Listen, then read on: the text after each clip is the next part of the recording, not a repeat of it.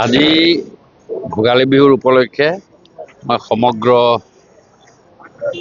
অসমবাসী ৰাইজক আৰু মকৰ সংক্ৰান্তি উপলক্ষে সমগ্ৰ দেশবাসীক জ্ঞাপন কৰিছোঁ। এই ভোগালীৰ যাতে আমি ৰাজ্যখন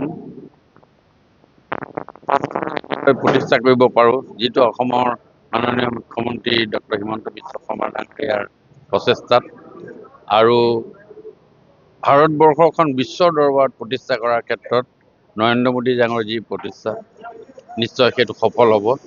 আমি আজি যোৱাকালি মেজি জ্বলাই আজি বিহু বুলি আমাৰ বিভিন্ন স্থানত ভোজ ভাত খাই এটা সুন্দৰ পৰিৱেশ। এইটো হ'ল প্ৰকৃতিৰ লগত আমাৰ এই উৎসৱটোৰ অত্যন্ত জড়িত। অগ্নি দেৱতাক পূজা কৰে।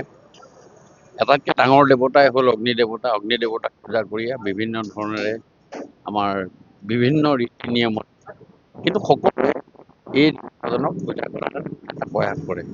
আজি তাৰ কাৰণে বোকাকতবাসীও ব্যতিক্ৰম নহয়। আপোনালোকো ইয়ালৈ আহিলে আপোনালোকৰ জৰিয়তে। আৰু এটা কথা আপোনালোকে ইয়াত চাব যে আমাৰ থলুৱা উৎপাদিত সামগ্ৰীবিলাক এইবাৰ বিশেষকৈ বিভিন্ন জেগাত বিশেষকৈ মাছ, শাক পাচলি এইবিলাক আমি অন্ধ্ৰপ্ৰদেশ আগতে যেনেকৈ বিহু পাতিবলৈ হ'লে অন্ধ্ৰপ্ৰদেশৰ মাছ গাড়ীখন নাহিলে আমাৰ চিন্তা হৈ যায় যে গাড়ী নাহিব নেকি। আজি 20-25 বছৰ আগতে যিটো পৰিৱেশ আছিল, কিন্তু এই যে থলুৱা মাছেৰে বোকাখাটত সকলোখিনি মানুহে আজি খাব পৰা এটা ব্যৱস্থা হ'ল।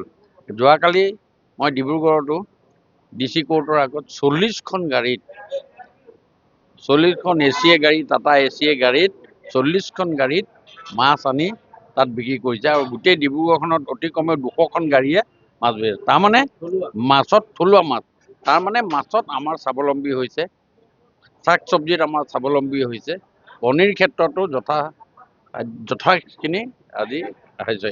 এই কথাবিলাক ইয়াতে ছিগনিফিকেণ্ট হৈছে যে ভোগালী বিহুত এই কথাটো ওলাই পৰে। এইখিনি কথাৰে প্ৰত্যেককে মোৰ ফালৰ পৰা শুভেচ্ছা জনাইছোঁ আৰু দুপত দুপে আগবাঢ়ি যাওক এই আশাৰে পুনৰবাৰ সকলোকে মোৰ ফালৰ পৰা ধন্যবাদ জ্ঞাপন কৰিছোঁ।